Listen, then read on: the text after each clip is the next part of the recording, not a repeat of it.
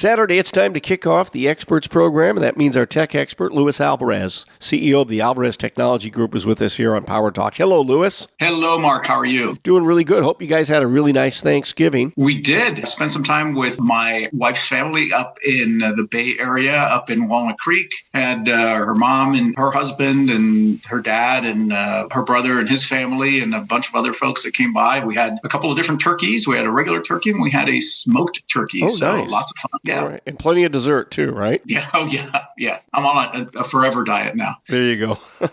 Oh, boy. Hey, it's also Small Business Saturday. So a shout out to all of our local small businesses all around the Central Coast. I hope that our listeners are out there, if they're doing some shopping this weekend, that you will patronize some of our small businesses around the area. A lot of them you will find in your traditional downtown shopping districts. So pop in there and spend a few bucks with those folks. And, because those are the folks that give back so much to the community, and they sure appreciate your patronage. Absolutely.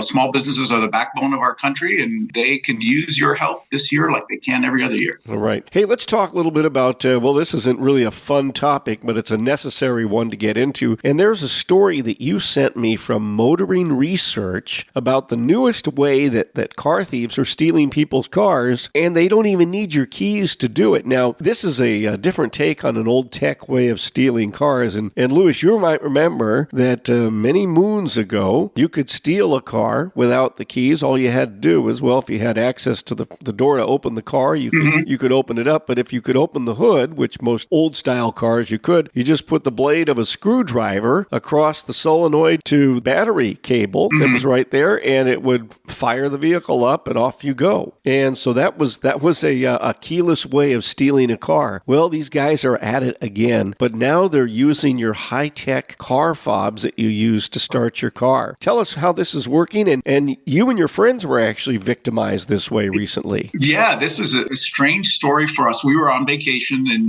Palm Springs and had parked our cars in front of the house that we were staying at. And we woke up in the morning to take off to go play golf, and one of the cars was missing. And it turned out that the owner of the car had a tracking device on it. So she was able to identify where the car was. And we were able to tell the police, where the car was. And then they eventually went out and got the car and, made sure it was okay and let us bring the car back. But it turns out that the way that they started the car and stole it was they used a repeater. They used this signal repeater. They get close to the house, close to where they think the fob is, right? Because when we come into the house after driving, you throw the fob in either, the front entrance or maybe in the kitchen, and you just walk away and you've locked your car, you don't have to worry about it. So what they do is they use this repeater to latch onto the signal from that fob and then boost it so that the car detects the signal, even though it's, outside. And then they open the car, get into it. So it takes a couple people, one guy holding the repeater close to the source of the fob, and then somebody else at the car that then starts the car and they take off.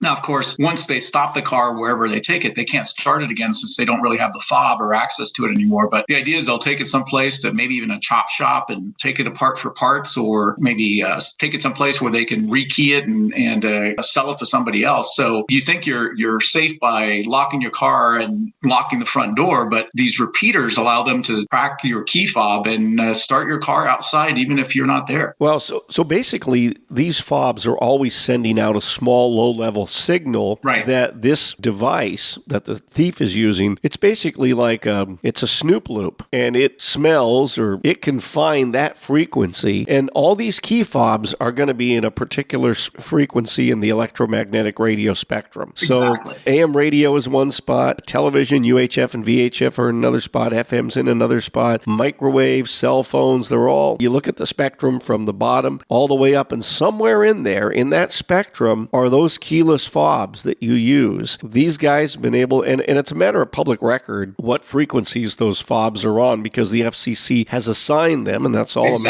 all a matter of public record. So somebody's built a device that can basically sniff or find those signals, and then there's a way of triangulating that to boost it and make it think that it's next to the car, and that allows you access into the vehicle to start it, and off you go. Crazy. Exactly. You think you're safe, but now you got to take your key fob and put it in like a metal container or some RFID blocker so that it can't be used that way. And more and more of our technology now is wireless RFID or near field NFC. So this is just a way that manufacturers have to start thinking more about security in a way to protect those devices to keep them from being hijacked or used against the best interest of the people that own those devices. Until that time arrives. Louis, how do we protect ourselves from having our vehicles stolen when we have these high-tech cars and the fobs and everything like that? What kind of theft prevention is there available to us? Well, the easiest way is to not leave your fob close to the front door of the house or close to the front of the house. So rather than leaving it on a table near the door or in the kitchen, take it back into the bedroom or someplace like that. But really, if you want additional protection, you can invest in one of those RFID mesh protectors. They come in bags and boxes, and they let you put your key fobs in them, and they will block any signal, even though the signal is strong enough to get through walls like walls of a building and doors and windows.